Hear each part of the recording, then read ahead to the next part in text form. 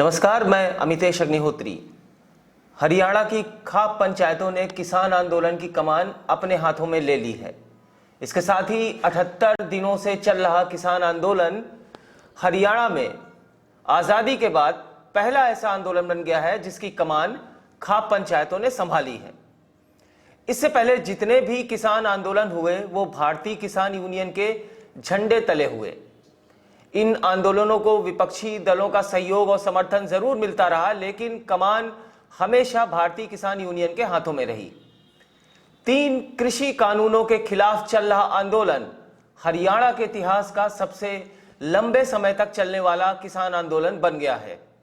हरियाणा की खाप पंचायतें वहां के समाज में बहुत ज्यादा प्रभाव रखती हैं।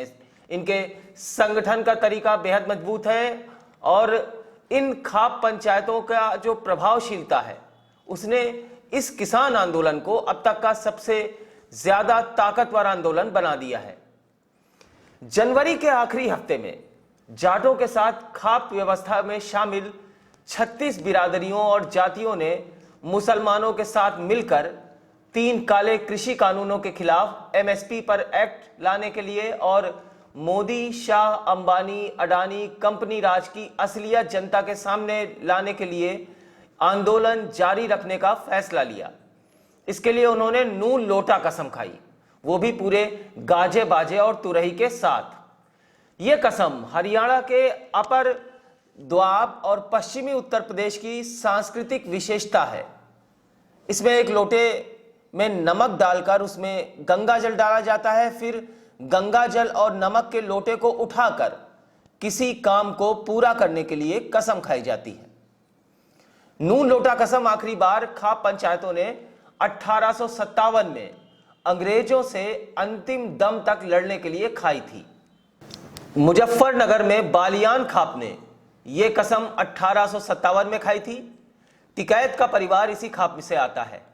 इतिहास गवाह है कि बालियान खाप की 36 बिरादरियां जमकर लड़ी, वो भी एक मुस्लिम सिसौले के खैराती खान के नेतृत्व में लड़ी। इससे साबित होता है कि इस इलाके में रहने वाले मुस्लिम, जाट, गुजर, मेवाती और रांगर भी इन्हीं 36 बिरादरियों में आते थे और खाप का हिस्सा थे।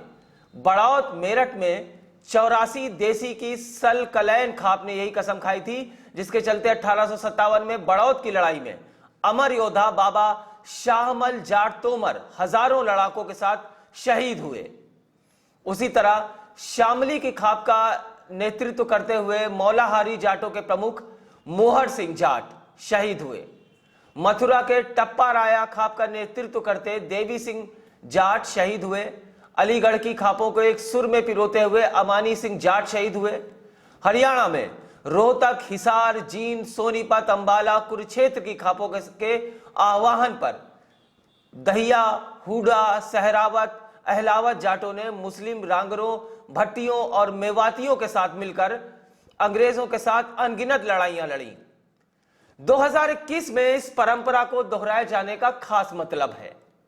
यह किसान आंदोलन केवल वामपंथी, कांग्रेसी, समाजवादी आंदोलन तक सीमित नहीं रह गया है, बल्कि इसमें देशी आधुनिकता, धर्मनिरपेक्षता जैसे सनातनी भारतीय मूल्यों का समावेश है, जो आरएसएस और भाजपा के छद्म राष्ट्रवाद की पोल खोलता है।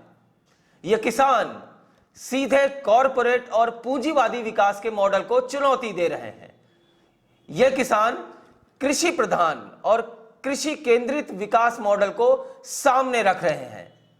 हरियाणा की आबादी में किसान 50% से ज्यादा हैं। इसके अलावा 30% लोग वहां की आबादी में ऐसे हैं जो खेती भले ही ना करते हों, लेकिन खेती किसानी से सीधे तौर पर जुड़े हुए हैं। हरियाणा का इतिहास गवाह है कि कोई भी सरकार किसान आंदोलन की आग से झुलसने से बच नहीं पाई। हरियाणा के किसान लंबा आंदोलन करने में सक्षम हैं, जिसके लिए इनके पास मजबूत संख्या बल और जज्बा भी मौजूद है। इसलिए बात तय है कि हरियाणा के भाजपाई सीएम मनोहर लाल खट्टर की परेशानियां बढ़ने वाली हैं।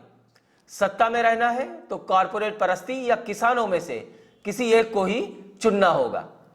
अगर आप हमें YouTube पर देख रहे हैं तो सब्सक्राइब करें हमारा चैनल कबीर न्यूज़ और बेल आइकन टैप करें ताकि आपको नोटिफिकेशन मिलता रहे हमारे हर वीडियो के अपडेट का।